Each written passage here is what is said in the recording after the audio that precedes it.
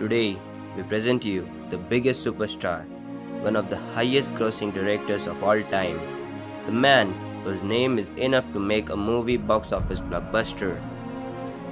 19 golden years, 10 blockbuster movies, over 4.45 billions of total box office collection. Here we present you the geniuses of filmmaking, Christopher Nolan. This all started when Nolan got his first breakthrough movie following in the year 1998. The fact that the cast and crew had full-time jobs, so they had to shoot the movies only on weekends, made it more special. The movies revolve around a lacking prospect, a writer, Jeremy Theobald, begins stealing strangers until he encounters a voyeuristic thief, Alex Howe. Nolan actually got recognition by the second movie he made, Memento, a psychological suspense thriller movie. The movie revolves around a man suffering from short-term memory loss, uses notes and tattoos to hunt for the man he thinks killed his wife. The movie brought Nolan recognition and fan following which he deserved. After Memento's unimaginable success, Warner Bros. Approached Nolan for his third release, Insomnia. The 2002 American psychological thriller film starring Al Pacino got critical acclaim and commercial success, grossing $113 million worldwide. The movie revolves around a police detective goes to an Alaska town to investigate the killing of a teenage girl. The main suspect plays a psychological game of cat and mouse with him, geopartizing. His growing popularity helped him to direct his first superhero movie based on the DC Comics. The 2005 crime fantasy release Batman Begins grossed over $375 million on box office worldwide. The very next year, Nolan came with another great movie, The Prestige, starring Christian Bale and Hugh Jackman. The movie revolves around two friends and fellow magicians becoming bitter enemies after a sudden tragedy. As they devotee themselves to this rivalry, they make sacrifices that bring them fame but with terrible consequences and hence destroying each other's lives.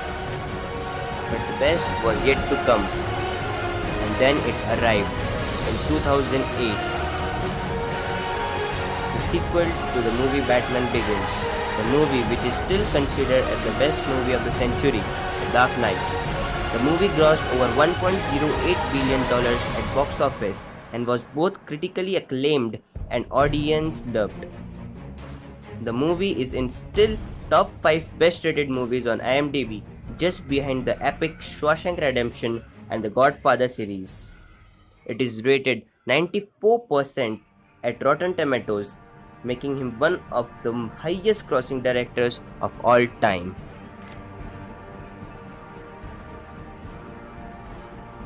Then came the best piece of his direction, the 2014 science fiction film Inception starring Leonardo DiCaprio. In Inception, Nolan wanted to explore the idea of people sharing a dream space that gives you the ability to access somebody's unconscious mind. The movie grossed $825.5 million at box office. Its open-ending sequel is still the topic of discussion in the media. Came the most awaited sequel of Nolan, the end to the Batman era, The Dark Knight Rises in the year 2013. The movie got mixed reviews both by the audience and the critics. Some said it is the worst or the crappiest movie of Nolan, and some loved the way Nolan ended the Batman trilogy. The movie was a biggest blockbuster of Nolan and earned over $1.085 billion. The very next year, Nolan added one more masterpiece to his blockbuster career, Interstellar, one of the best science fiction movies which was loved by the audience a lot because of Nolan's brilliant piece of cinematography and direction, but was not critically acclaimed, and it rated just 72% at Rotten Tomatoes. Although the movie collected whopping amount of $675.13 billion at box office. Then, last month released the movie starring Harry Styles, Tom Hardy, and Cillian Murphy. The war film, Nolan wrote the script told from three perspectives: land, sea, and air, with little dialogues and intended to create suspense through visual and musics. The film received praise for its historical accuracy.